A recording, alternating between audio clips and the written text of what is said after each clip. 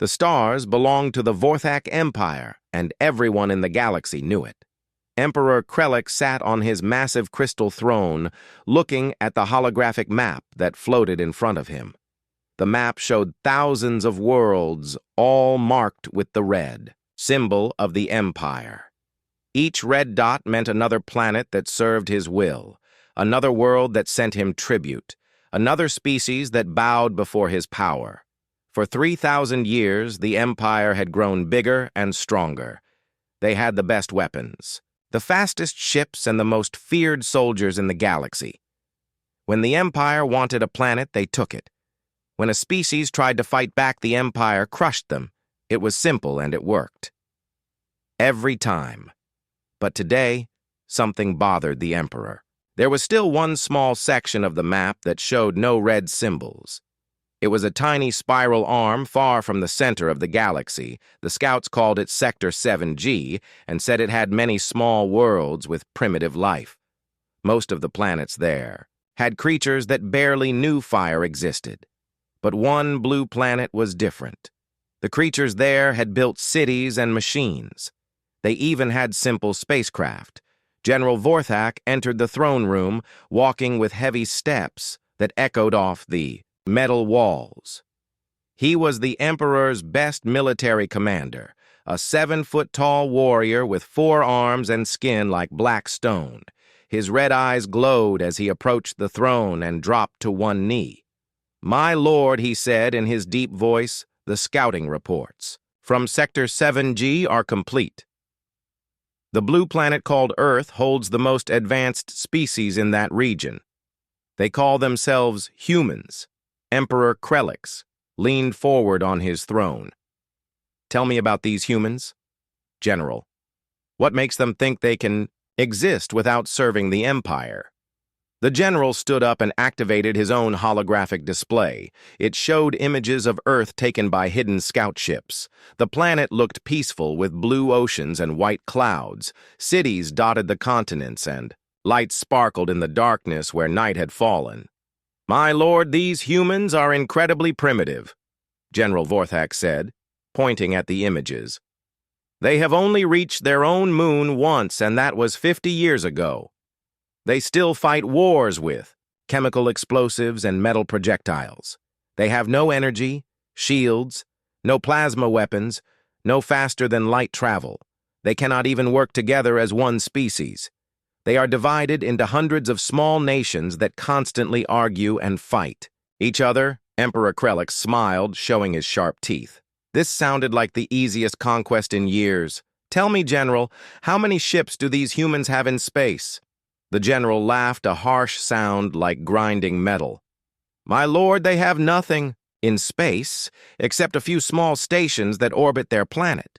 Their military ships cannot even leave their atmosphere. They are trapped on their world like insects in a jar." This was perfect.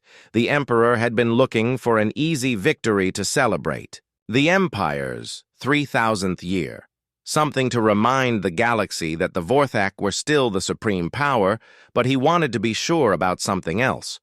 "What about their population, General? How many of these humans exist?" "Approximately 8 billion, my lord. All concentrated on that single world. They have no colonies, no backup populations. If we destroy Earth, we destroy their entire species. 8 billion. That was an excellent number. Large enough to provide plenty of slaves for the Empire, but small enough to control easily. The Emperor had dealt with much larger populations before. The key was always the same.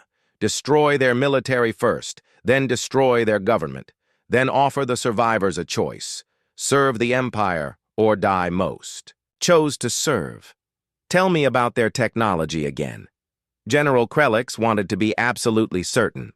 "My lord, their most advanced weapons use chemical reactions to throw metal objects. They have flying machines that burn fossil fuels. Their computers are primitive electronic devices. They know nothing of quantum mechanics or dimensional engineering. A single Empire destroyer could defeat their entire planet." This was almost too easy, but the Emperor had learned never to underestimate an enemy. "Completely. What about their psychology? General, Are they a warrior species or a peaceful one? The general consulted his data again. My lord, they are extremely violent. They have fought continuous wars throughout their history. They have even created weapons capable of destroying their own planet. But they are also chaotic and undisciplined. They cannot unite even when facing extinction. Their own records show they would rather fight each other than work together. Perfect Emperor Krellick stood, up from his throne, his 12-foot frame casting a long shadow. The Empire had conquered warrior species before. The trick was to hit them so hard and so fast that their fighting spirit broke. Most species surrendered after losing half their population. The humans would probably give up even sooner.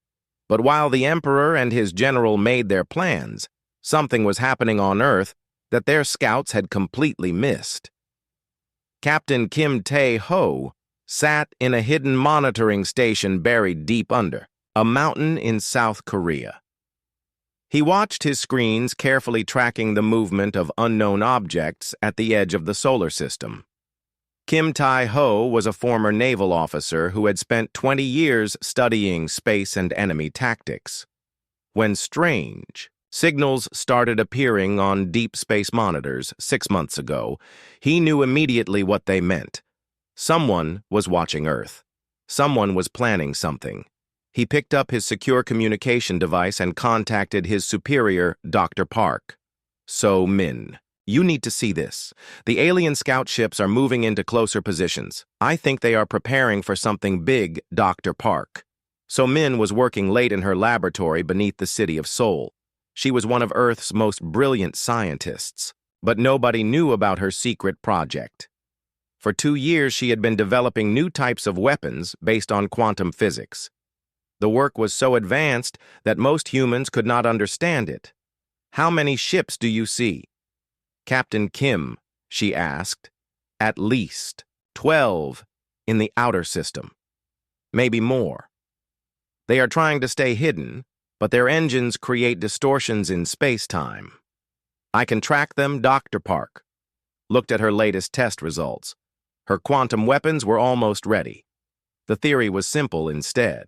Of using energy or matter to destroy targets, her weapons would attack the fundamental forces that held atoms together. A single quantum torpedo could turn an entire spaceship into harmless gas. Captain Kim. I am sending the data to Colonel Lee Min. He needs to know that we may have visitors soon, and these visitors are not coming to make friends. Colonel Lee Min-ho received the message in his office at the Global Defense Command. He was a career military officer who had studied every major war in human history. He understood strategy and tactics better than anyone on Earth. When he saw the scout ship data, he immediately understood what it meant. Earth was about to be invaded. The colonel activated the secret communication network that connected military leaders around the world. In hidden bunkers and underground facilities, soldiers and scientists received the alert. Earth Defense Protocol was now active. Everything they had been preparing for was about to begin. The Vorthak Empire thought they were facing primitive humans with simple weapons. They expected an easy victory against a divided species that could barely reach its own moon. They had no idea that Earth had been preparing for this moment for decades. Dr. Park. So Min had quantum weapons that could rewrite the laws of physics. Captain Kim Tae-ho had tracking systems that could see through any stealth technology. Colonel Lee Min-ho had battle plans that assumed the enemy would have superior numbers and firepower. The Empire was about to learn that humans had survived ice ages, dinosaurs, plagues, and world wars by being the most adaptable and stubborn species in the galaxy. When threatened, humans did not give up. They got creative, they got angry, and they got even Emperor. Krellick finished reviewing the invasion plans. Everything was perfect. His fleet would arrive, destroy Earth's defenses, and demand surrender. The humans would have no choice but to serve the Empire. It would be another easy victory in a long list of conquests. But the Emperor had made one critical mistake. He had assumed that primitive meant helpless.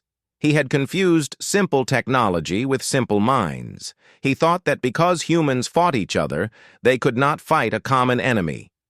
The Vorthak Empire was about to discover that they had picked a fight with the wrong species.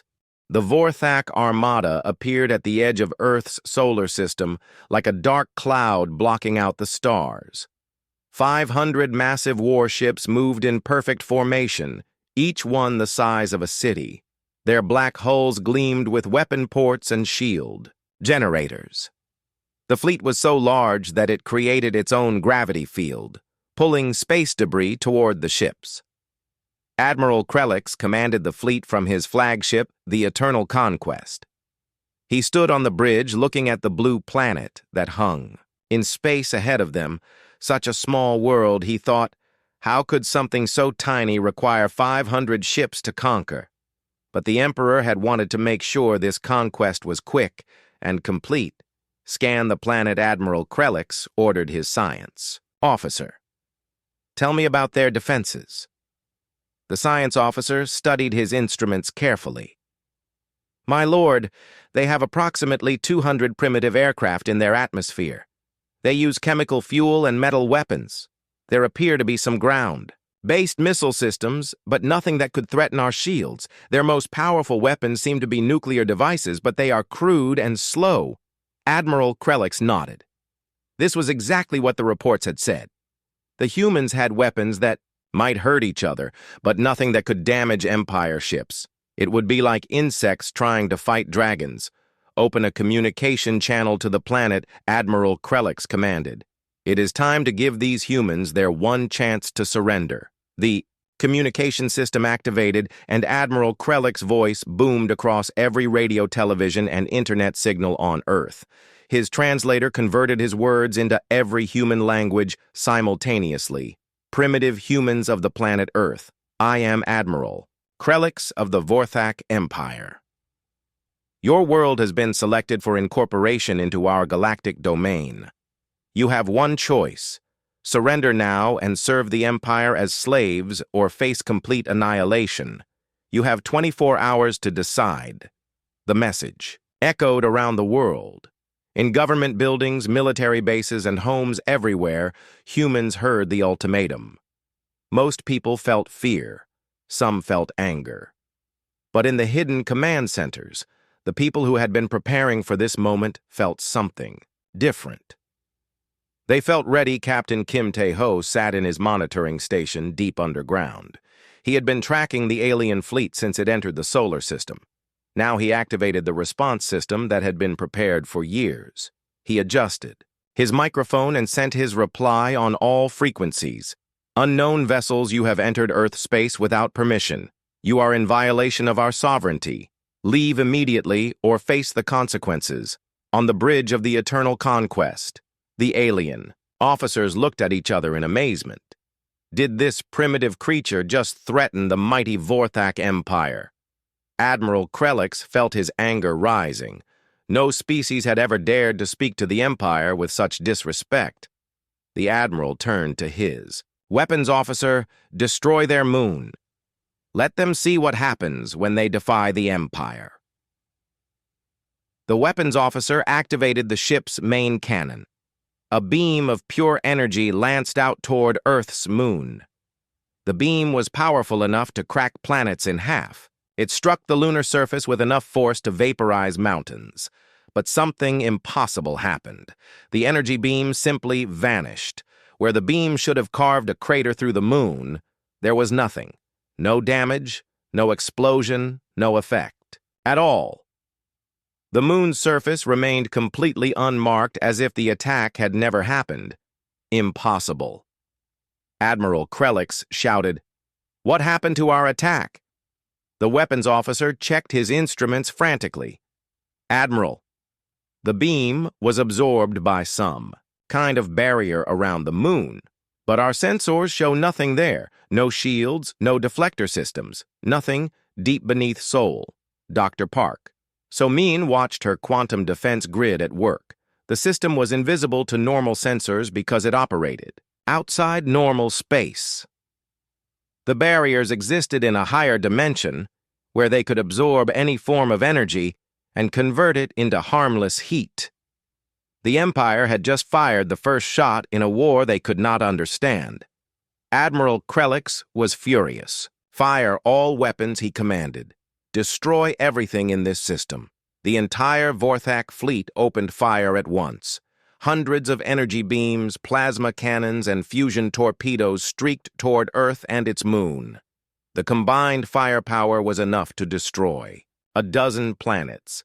The space around Earth lit up like a second sun as the weapons struck. But every beam, every missile, every burst of energy simply vanished. The quantum barriers absorbed everything without showing any sign of strain. The Empire had just used enough firepower to sterilize entire star systems and accomplished absolutely nothing on Earth. Captain Choi Min-jun received the signal he had been waiting for. The aliens had fired. First, Earth was now officially at war. He activated the response system from his command post hidden inside a mountain. "Show them what humans do to invaders," he said into his microphone. Across the planet, hidden installations began to rise from underground bunkers. Weapons that looked nothing like anything the Empire had ever seen emerged from lakes, forests, and city rooftops. The quantum cannons did not fire energy or matter. They fired reality itself. The first quantum torpedo struck the nearest Empire ship. The weapon passed through the aliens' shields, as if they did not exist. It passed through the hull as if it were made of air. Then it began to work. The torpedo did not explode. Instead, it convinced the atoms in the ship that they wanted to be something else. The massive warship began to change shape. Its hull twisted into spirals. Its weapons bent into flowers. Its engines became crystalline sculptures. The ship was not being destroyed. It was being transformed into art. The crew inside found themselves unharmed, but trapped in a vessel that no longer remembered how to be a weapon admiral. Krelix watched in horror as ship after ship in his fleet underwent the same transformation.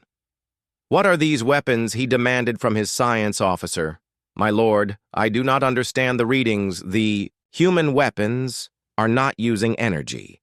They appear to be altering the fundamental structure of matter itself.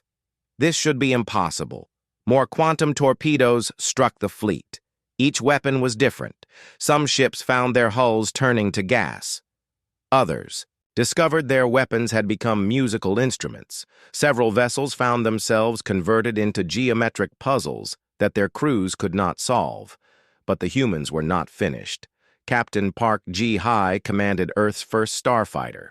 From a cockpit that existed in 7 dimensions simultaneously, her ship could appear anywhere in the solar system instantly using quantum tunneling technology. The Empire saw a small craft materialize next to their command ship. The human fighter did not fire weapons. Instead, it extended a field that convinced the eternal conquest that up was down, left was right, and forward was backward. The massive flagship began spinning helplessly as its navigation systems tried to make sense of directions that no longer meant anything. Admiral Krelix found himself pressed against what used to be the ceiling. "My lord," the helmsman called out, "we cannot control the ship. The humans have changed the laws of physics around us." Lieutenant Commander Kim Soo Jin activated the quantum net from her position in orbit around Mars. The weapon created a trap made of folded space that caught the retreating Empire ships like fish in an invisible net. The aliens found themselves unable to move forward, backward, or in any direction that made sense. The mighty Vorthak armada that had conquered 1,000 worlds found itself completely helpless against weapons they could not understand. Their energy shields were useless. Their armor provided no protection. Their superior numbers meant nothing when the enemy could rewrite the rules of reality. Admiral Krelix opened a communication channel to Earth, his voice shaking with fear. "What are you creatures? How is this possible?" Captain Kim Tae-ho replied with calm confidence. "We are humans, Admiral, and we do not like bullies." The battle was over in less than an hour. 500 warships of the Vorthak Empire had been defeated without a single human casualty. The aliens found themselves trapped, transformed, and completely at the mercy of a species they had thought was primitive. But this was only the beginning. The Empire had thousands more ships, and the Emperor would not accept defeat. Admiral Krelix knew that his failure would bring the full wrath of the Empire down on this small blue planet. What he did not know was that the humans were counting on exactly that response. News of the defeat traveled across the galaxy faster than light through the Empire's quantum communication network. In the throne room on the capital world, Emperor Krelix received Admiral Krelix's final transmission before the quantum net trapped his fleet. The Emperor could not believe what he was hearing. A single primitive planet had defeated 500 warships. The most advanced military force in the galaxy had been stopped by creatures who barely understood fire. The Emperor smashed his crystal throne with his fist, sending glowing fragments across the floor. Impossible, he roared at his advisors. These humans must have allies, hidden fleets, advanced civilizations helping them. But General Vorthak shook his head as he studied the battle recordings. My lord, our sensors detected no other ships, no other species. The humans did this alone. Their weapons operate on principles we have never seen before. The recordings showed Empire ships twisting into impossible shapes, weapons that fired reality instead of energy, barriers that existed in dimensions the Empire did not know existed. The humans had not just won a battle, they had revealed technology that made the Empire look like children playing with toys on Earth. Colonel Lee Min-Ho coordinated the aftermath of the battle from his command center. The defeated alien fleet hung motionless in space, trapped by quantum nets and transformed by reality weapons.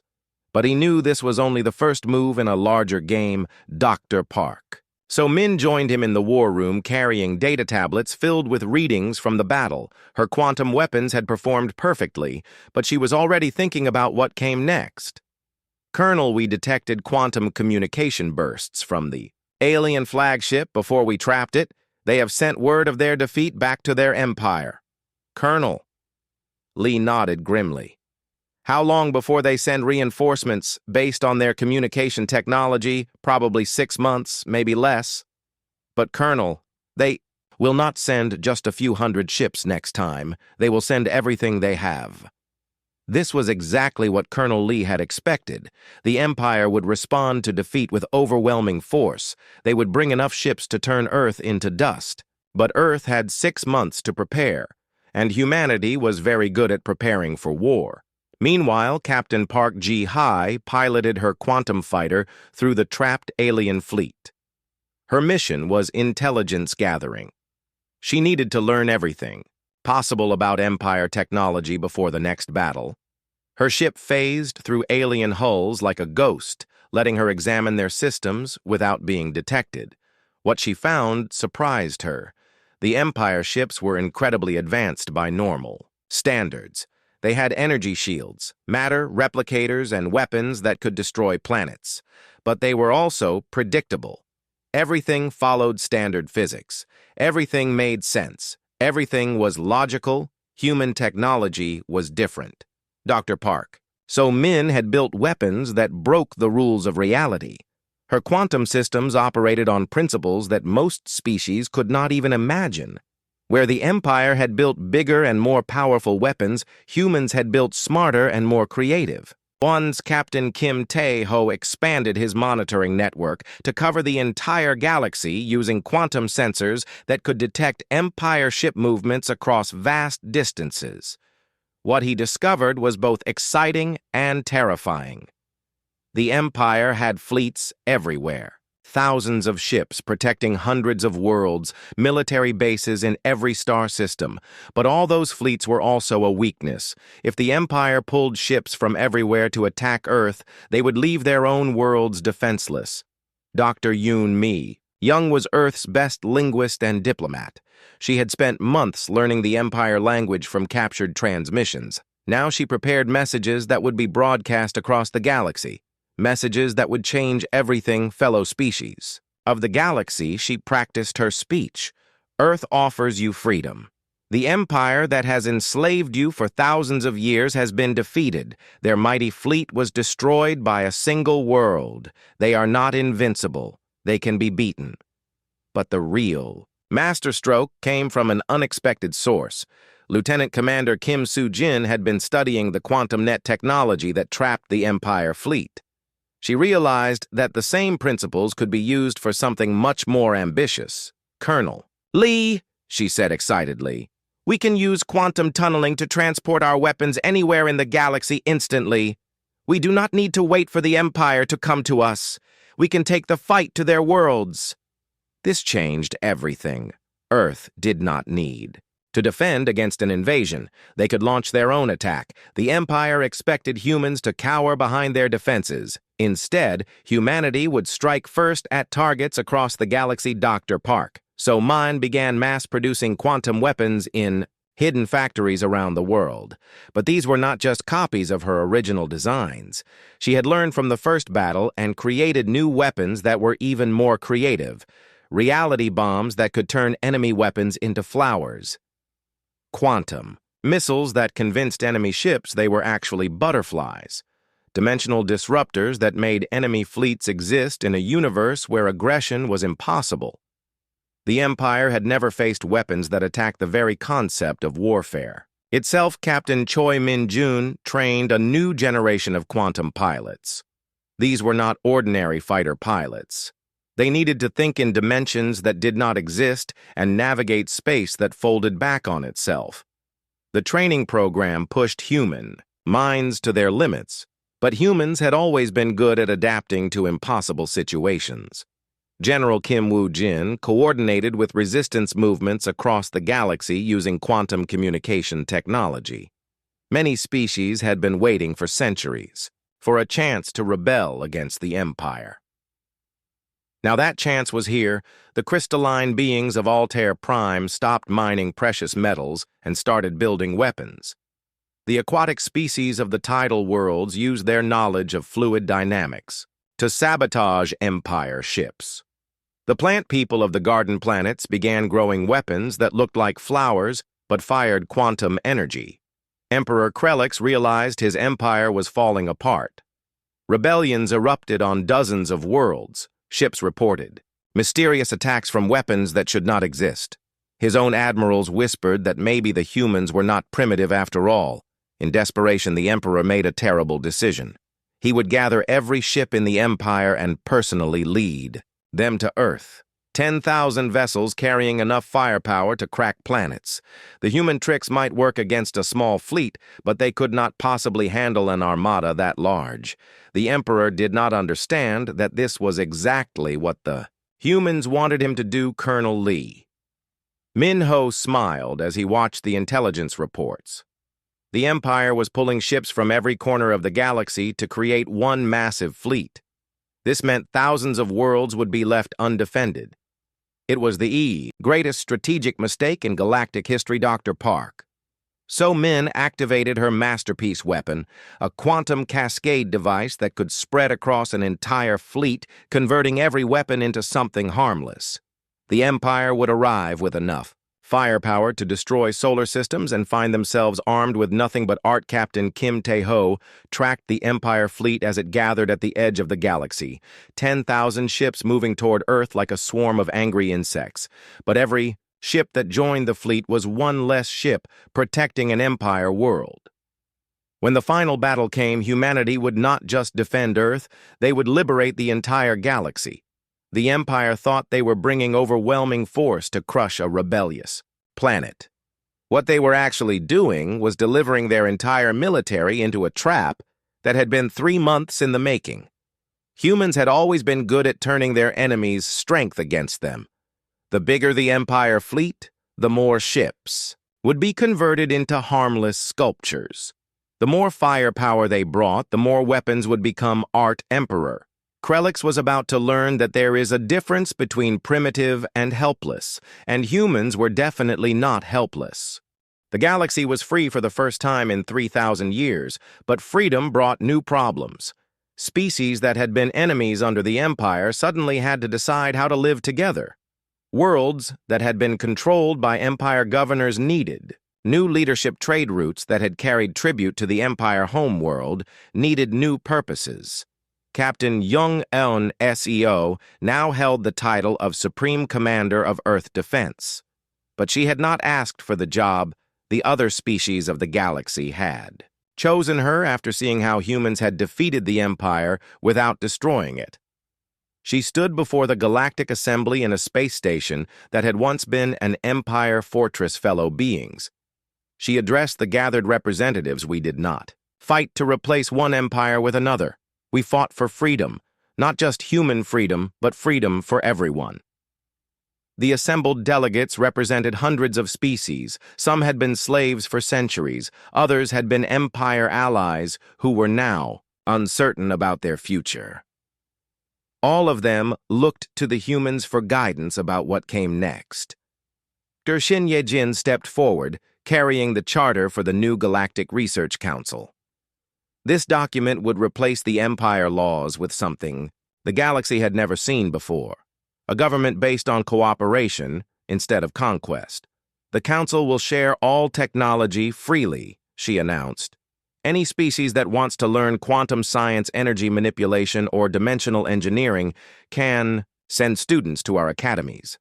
But the knowledge comes with a condition. It can only be used to create, never to destroy. This was revolutionary. Under the Empire, advanced technology had been restricted to the ruling class. Now, humanity was offering to share the most powerful science in the galaxy with anyone who promised to use it peacefully. The first to accept was Elder Willow, representing the tree people of Verdania. Our species understands growth and harmony, she communicated through her translator device. We would be honored to learn your quantum cultivation techniques, Prime Minister Kayla of Aquatica agreed next.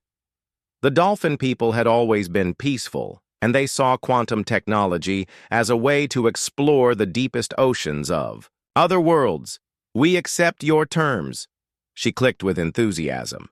Our sonic research combined with your dimensional science could open new worlds to life, but not everyone was convinced. Commander Thrak of the former Empire border worlds stood up from his seat.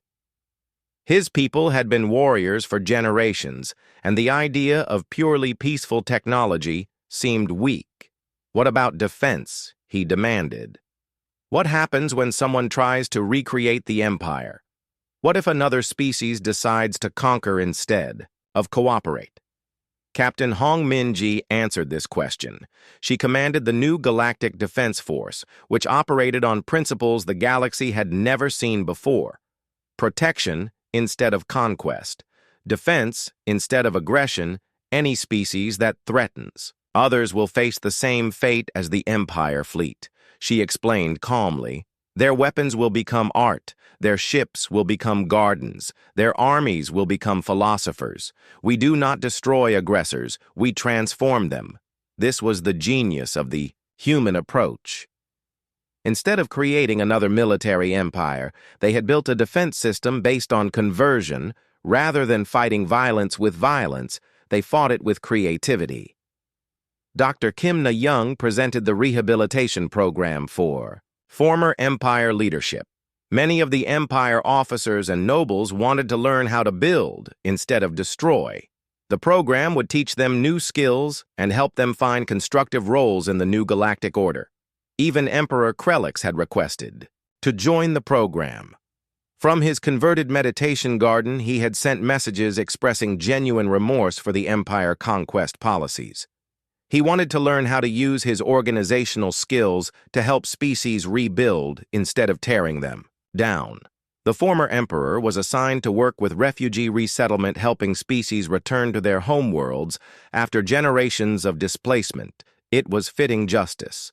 The being who had scattered families across the galaxy would spend his remaining years bringing them back together, but the real transformation was happening on individual worlds.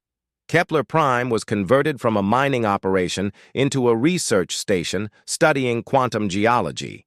The rock miners became quantum engineers, learning to manipulate stone and metal at the atomic level. Aquatica became a center for biological research. The dolphin people shared their knowledge of ocean ecosystems with species from desert worlds. They learned to create water where none existed and to adapt life to any environment. Verdania transformed into a living laboratory where tree people taught other species how to grow cities instead of building them. The forest world became covered with structures that were alive, breathing, purifying the air and growing stronger over time. The Empire homeworld underwent the most dramatic change. The crystal palaces were converted into universities. The metal cities became workshops where former soldiers learned to create art, technology, and music. The planet that had been the center of galactic oppression became the center of galactic healing. Captain Lee Da-yun commanded the new exploration fleets that ventured beyond the old Empire borders. These ships carried quantum sensors that could detect life at impossible distances. Instead of conquest fleets, they were invitation fleets seeking new species to join the galactic community. What they found amazed everyone. The galaxy was full of species that had hidden from the Empire or fled to distant regions. Now these species could return and share their knowledge. The galaxy was far more diverse and creative than anyone had imagined. Dr. Park. So Min continued developing quantum technology, but now her weapons were designed to create, instead of terraforming devices that could turn dead worlds into gardens, atmosphere processors that could make any planet suitable for life, matter converters that could end hunger across the galaxy. The quantum technology that had defeated the Empire became the foundation for a new age of prosperity. Species shared their knowledge freely, trade became cooperation, art became science. The news spread through the galaxy like fire through dry grass. In cantinas on distant worlds, traders whispered about impossible things, a single planet defeating the Empire fleet, weapons that turned warships into art, energy beams that simply vanished into nothing. On the slave world of Kepler Prime, the rock miners stopped their work when they heard the transmission. Captain Lee Da-yun of Earth broadcast the recordings of the battle on every frequency. Her voice carried hope to species that had forgotten what freedom looked like. Fellow beings, she said in perfectly translated languages, the Vorthak Empire has been defeated. Their mighty fleet lies trapped and helpless around a small blue world called Earth. Any species that desires freedom, Earth offers alliance. Any species that chooses continued slavery, Earth offers them the same fate as the Empire fleet. The miners looked at each other with wide eyes, the Empire fleet defeated. It seemed impossible, but the recordings were clear. 500 warships twisted into metal sculptures, their weapons converted into flowers, their crews trapped in ships that no longer remembered how to fight. Old Zek, the eldest of the rock miners, had been a slave for 60 years. He remembered when his people had tried to rebel. The Empire had destroyed 3 cities and enslaved twice as many workers. But this was different. These humans had not just defeated the Empire, they had humiliated them. We could be free, he whispered to his fellow miners. For the first time in generations, we could be free. On the water world of Aquatica, the dolphin-like inhabitants received the Earth transmission through their quantum receivers. Prime Minister Kala had served the Empire for 30 years providing rare deep-sea crystals. But now she called an emergency meeting of the Aquatic Council members. She announced these recordings show that the Empire can be beaten. Their technology is not supreme, their fleets are not invincible. If we act now, while they are gathering ships to fight Earth, we can reclaim our oceans. The council members clicked and whistled their excitement. For decades, they had dreamed of driving the Empire mining platforms from their seas. Now they had a chance. But they were not warriors. They were peaceful creatures. How could they fight? The answer came from an unexpected source, young Delphi. A marine biologist who had studied Empire technology discovered that their ships were vulnerable to sonic weapons, the same. Sounds that dolphins use to navigate could disrupt Empire shield generators. We do not need to destroy their ships, Delphi explained. We just need to make them leave. and we have something they cannot defend against the voice of the ocean itself on. The forest world of Verdania, the tree people had been forced to harvest their own forests for Empire construction projects. But when they heard the Earth transmission, something awakened in their ancient minds. The memory of when their world was Free Elder Willow. The oldest tree on Verdania felt her branches trembling with excitement. She sent root messages through the forest network, calling every tree person to a great gathering. For the first time in 3 centuries, the entire forest would speak as one. Children of the woods, she communicated through her roots. The time of cutting is ending. The empire that forced us to destroy our own homes has been defeated by creatures smaller than our smallest leaves. If beings that live for less than a century can defeat the empire, then we who have lived for millennia can surely drive them from our forests. The tree people began to grow weapons, bio-engineered thorns that could pierce empire armor, vines that could wrap around spaceships, root networks that could communicate across star systems. The empire had made the mistake of forcing nature itself to become their enemy, but the most important reaction came from the empire homeworld itself. In the crystal palaces and metal cities, rumors spread among the ruling class. Some whispered that the humans had secret allies. Others claimed the battle recordings were fake. But Emperor Krelix knew the truth. The empire was no longer invincible. In his rage, the emperor made broadcast of his own across the galaxy. This time, his voice carried fury instead of authority. Citizens of the empire, he announced, ignore the lies spread by these primitive humans. One small victory means nothing.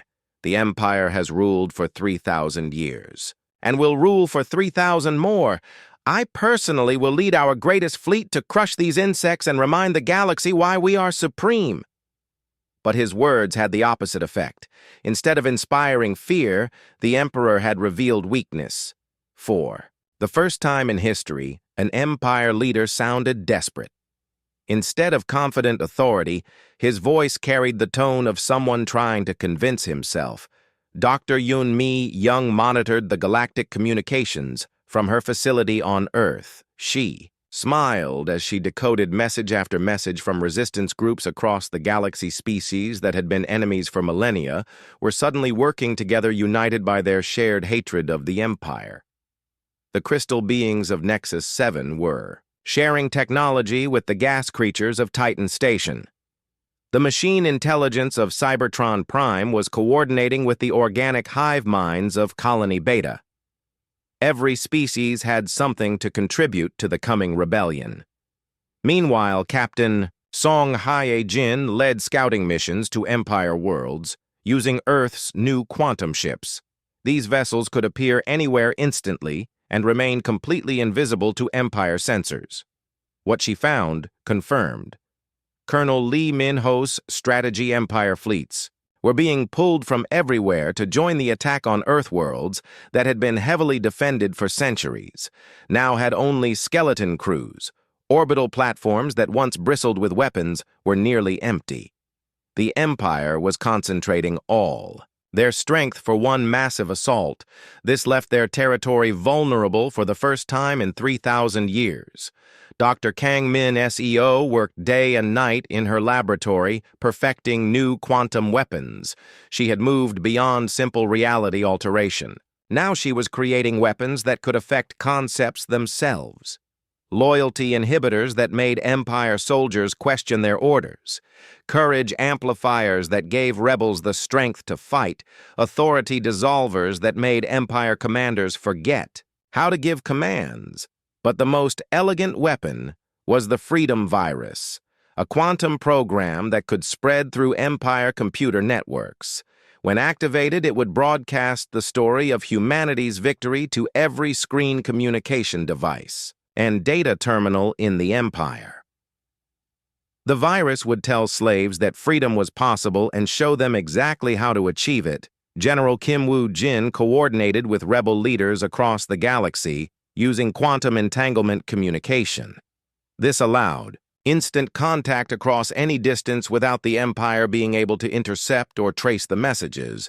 The resistance network grew stronger every day, from the ice mines of Hoth to the lava forges of volcanic species that had never heard of each. Others began sharing plans the Empire had created their own downfall by conquering so many worlds. Now all those conquered species were united against them. Captain Park Ji-Hai conducted special missions deep in Empire territory. Her quantum fighter could phase through any defense and appear in the most secure locations. She planted quantum beacons on critical Empire installations. These beacons would allow Earth weapons to target any location in the galaxy instantly. The Empire leadership grew. Desperate as reports of rebellion reached them from every sector, ships were being sabotaged, governors were disappearing, mining operations were shutting down, tax collectors were finding empty worlds where thriving colonies had been the day before. Emperor Krelix accelerated his plans.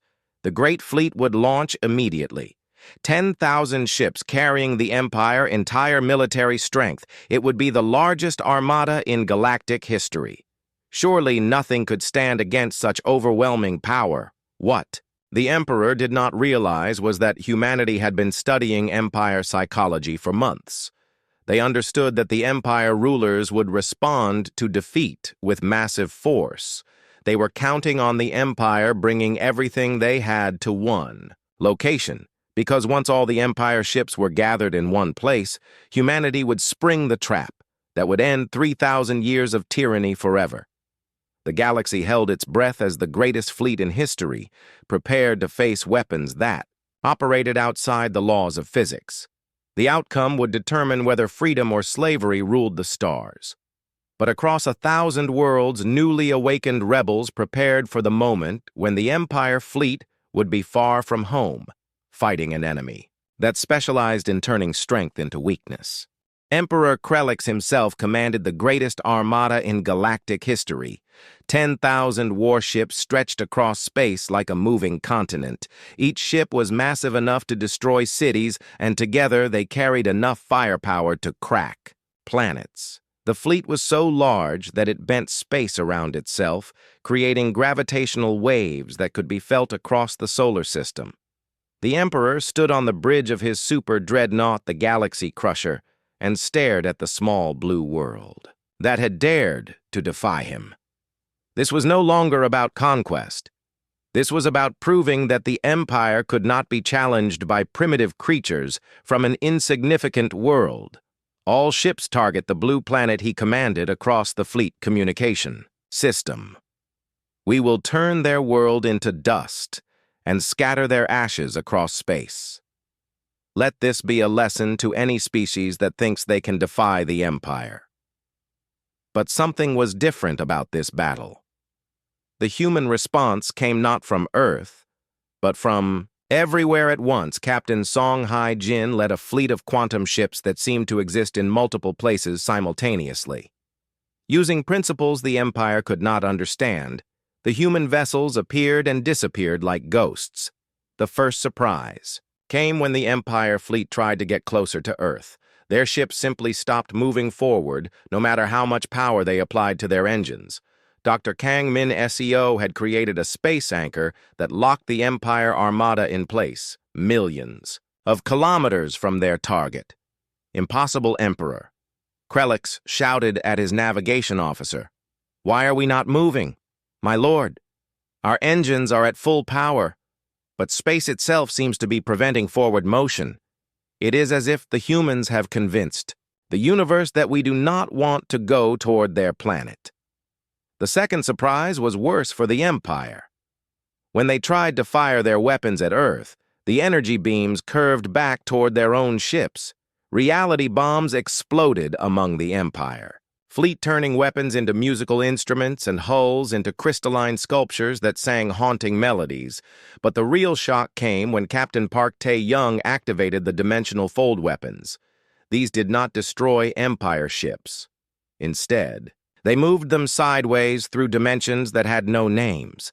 Thousands of warships simply vanished from normal space, still intact, but existing in a reality where warfare was impossible Emperor Krelix watched half his fleet disappear into dimensions, where his sensors could not follow. What are these weapons, he demanded from his science advisors. How do we fight technology that breaks the laws of physics? My lord, his chief scientist replied with terror in his voice. The humans are not using technology. They are using magic. They have learned to command reality itself. Major Choi Dong-wook commanded the reality bomb squadrons from a command ship that existed in 7 dimensions at once. His weapons did not target the Empire ships directly. Instead, they convinced the concepts of war and conquest that they did not want to exist anymore. Empire soldiers found themselves unable to fire their weapons because the universe had forgotten what aggression meant. Admirals discovered they could not give attack orders because language itself refused to form words about violence. Entire fleets became stranded in space as their crews experienced universal pacifism. But Dr. Lee Hai-rim had prepared the ultimate weapon, the Cascade Converter. This device could reprogram matter at the quantum level across unlimited distances. When she activated it, every weapon in the Empire fleet began to transform. Plasma cannons became harps that played beautiful music. Missile launchers converted into flower gardens that bloomed in the vacuum of space energy shields, transformed into transparent artwork that showed scenes of peace and harmony. The mighty Empire Armada became the largest art exhibition in galactic history.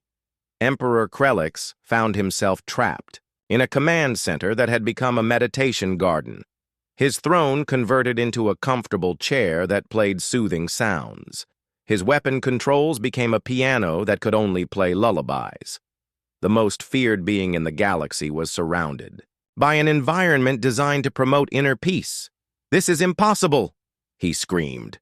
But his voice came out as a gentle whisper because the air itself had decided that loud, angry sounds were not allowed. Captain Young-un Seo appeared on the bridge using quantum teleportation technology. Her image materialized in front of the Emperor, solid and real, despite being transmitted across space. "Emperor Krelix," she said with calm authority, "your fleet is defeated. Your weapons are converted. Your empire is finished. But we offer you something your species has never offered others. We offer you mercy." The Emperor tried to stand up, but his crystalline chair gently held him in place. "How are you doing this? What kind of creatures are you humans?" "We are problem solvers," Captain Jung replied. "We saw a problem in the galaxy, an empire that conquered and enslaved others. So we solved it. We did not destroy your people. We simply made it impossible for you to hurt anyone else." But this was only half of humanity's plan. While the Empire fleet was trapped at Earth, the real revolution began across the galaxy. The Freedom Virus activated simultaneously on every Empire world. Screens everywhere displayed the same message. The Empire is defeated. The fleet is converted. You are free on Kepler Prime. The rock miners walked out of the caves for the first time in decades. The Empire guards tried to stop them, but their weapons had been converted into gardening tools by quantum cascade effects. Old Zek led his people toward the surface, where sunlight waited after 60 years of darkness. On Aquatica, the dolphin people used sonic weapons to drive Empire mining platforms from their oceans. The platforms could not fight back because their defensive systems had been convinced that harming sea life was impossible. Prime Minister Kala swam through clean water for the first time since childhood on Verdania. The tree people reclaimed their forests. Empire logging machines found themselves unable to cut wood. Because the quantum field made them believe all trees were sacred living beings, Elder Willow stretched her branches toward sky that was no longer polluted by Empire factories. Across 1,000 worlds, the same story repeated. Species that had been slaves for generations suddenly found themselves free. The Empire soldiers could not fight because their weapons had become art. Their commanders could not give orders because their communication systems only transmitted messages of peace. But the Most important change happened on the Empire homeworld itself. The crystal palaces and metal cities experienced the quantum cascade. Citizens who had supported the Empire for generations found themselves questioning everything they had believed. Why? Had they conquered other species? Why had they enslaved entire worlds? What gave them the right to rule the galaxy? The freedom virus did not force them to change their minds. It simply made them think for themselves for the first time in 3,000 years. Emperor Krelix watched through his converted communication system as his empire crumbled around him. Reports came in from every sector, but they were not the military reports he expected. Instead, he received poetry from former admirals, philosophical discussions from former generals, and apologies from governors who were returning stolen wealth to the species they had oppressed. "This cannot be happening," he said, but his words came out as a gentle song because the quantum field around him had decided that everything should be beautiful. Captain Jung-on SEO smiled at the defeated emperor. "It is happening. Your empire is finished, but your people are not. We do not seek revenge. Emperor, we seek justice. And justice means everyone gets a chance to build something better." The Emperor looked around at his meditation garden command center. Everything was peaceful, beautiful, and completely impossible, according to every law of physics he understood. "What will happen to my people?" he asked. "We'll learn." Captain Young replied, "They will learn to create instead of destroy, to cooperate instead of conquer, to build instead of take. Some of them, like you, will need time to understand. But time is something we now have plenty of." The battle was over. The empire that had ruled the galaxy for 3,000 years had ended not with destruction, but with transformation. Their weapons had become art. Their soldiers had become philosophers. Their conquered worlds had become free. And in the center of it all, humanity had proven that the most powerful force in the universe was not energy or matter or even technology. It was the refusal to accept that things had to stay the way they were. The galaxy would never be the same. But that was exactly what the humans had intended.